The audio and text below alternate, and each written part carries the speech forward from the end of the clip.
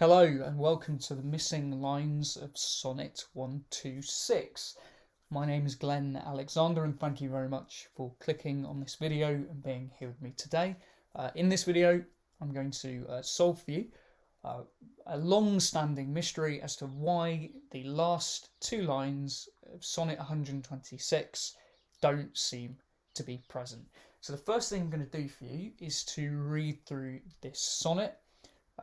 O thou my lovely boy, who in thy power dost hold time's fickle glass, his sickle hour, who hast by waning grown, and therein shouldst thy lovers withering as thy sweet self growest. If nature, sovereign mistress over wrack, as thou goest onward still will pluck thee back, she keeps thee to this purpose that her skill may time disgrace and wretched minute kill. Yet fear her, O thou minion of her pleasure, she may detain, but not still keep her treasure. Her audit, though delayed, answered must be, and her quietus is to render thee.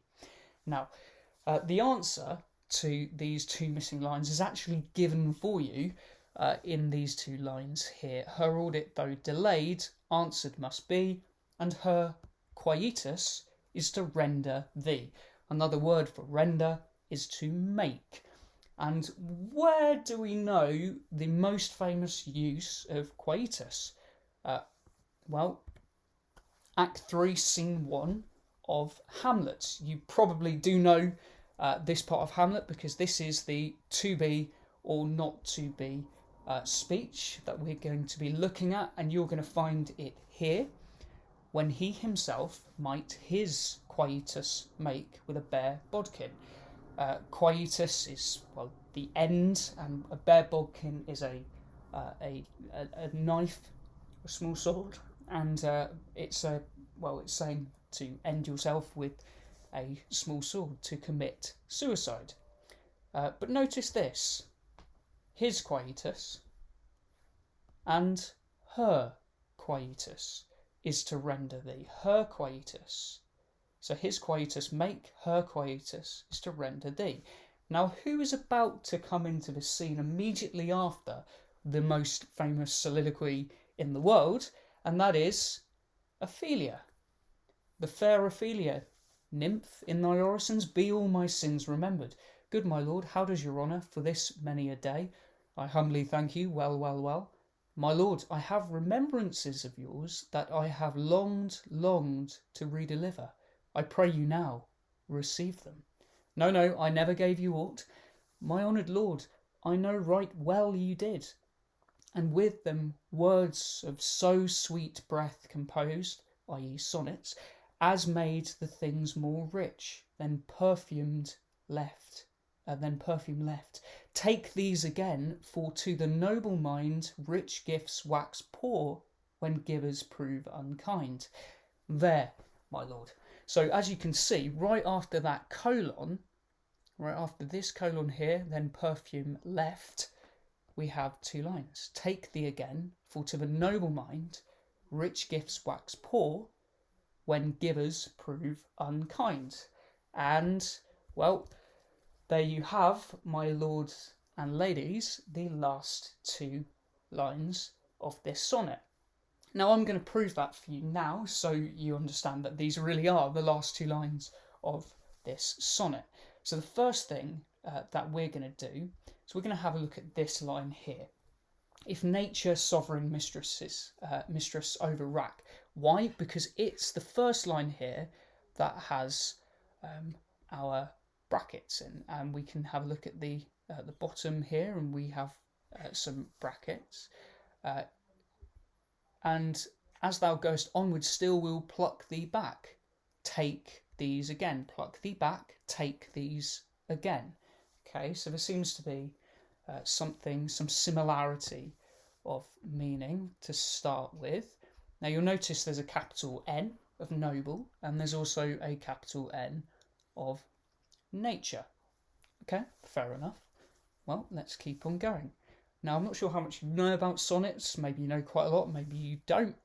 A sonnet is 14 lines. It's normally made, as in all the other sonnets, bar this one, with 3 quatrains. A quatrain is 4 lines, and the rhyming scheme of those 3 quatrains is A, B, A, B, and then you end the last 2 lines with a couplet, which makes your 14 lines. Now, obviously, the last 2 lines of this one, which are missing, should be a couplet, a rhyming couplet, which it is with GG. But notice all the other lines in this sonnet are actually couplets too. And the reason for that is to really emphasise the fact that this last couplet has to be a couplet.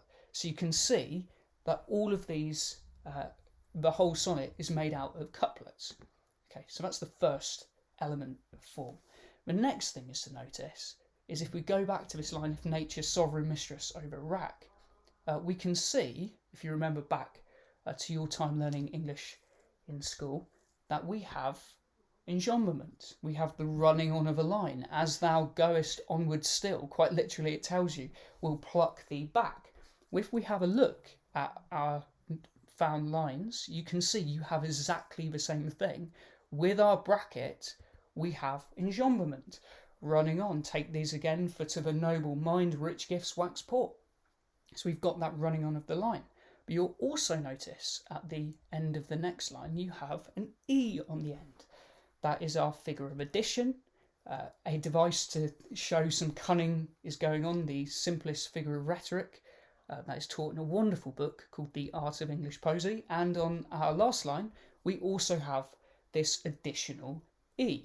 So you can see there's a mirroring of form in these last 2 lines. Now let's have a look a little bit more about the meaning of these lines. Keep her treasure. Well, rich gifts. Well, treasure is rich. I think we can all agree on. And also a gift. Well, we tend to keep gifts. Again, there's that E on the end of keep. Okay, fair enough. There's some similarity of meaning here.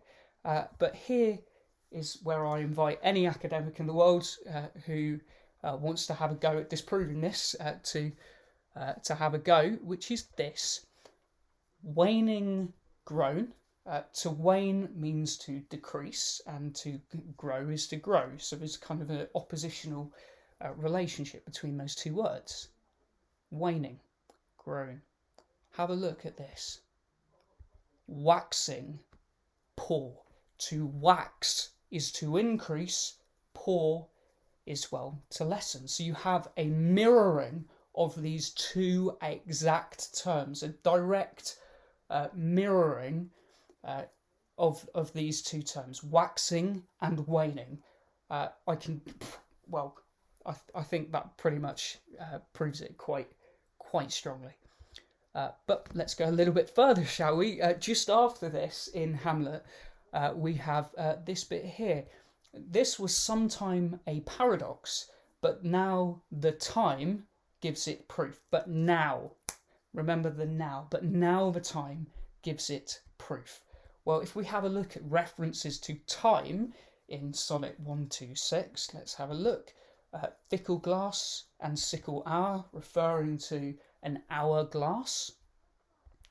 May time disgrace and wretched minute kill. Though delayed, answer must be. Okay. And whose name begins with O? Whose name begins with O? You might also notice there's actually, if you read it backwards, a 2B in the first line, but that's additional. Whose name begins with O? Well, Ophelia.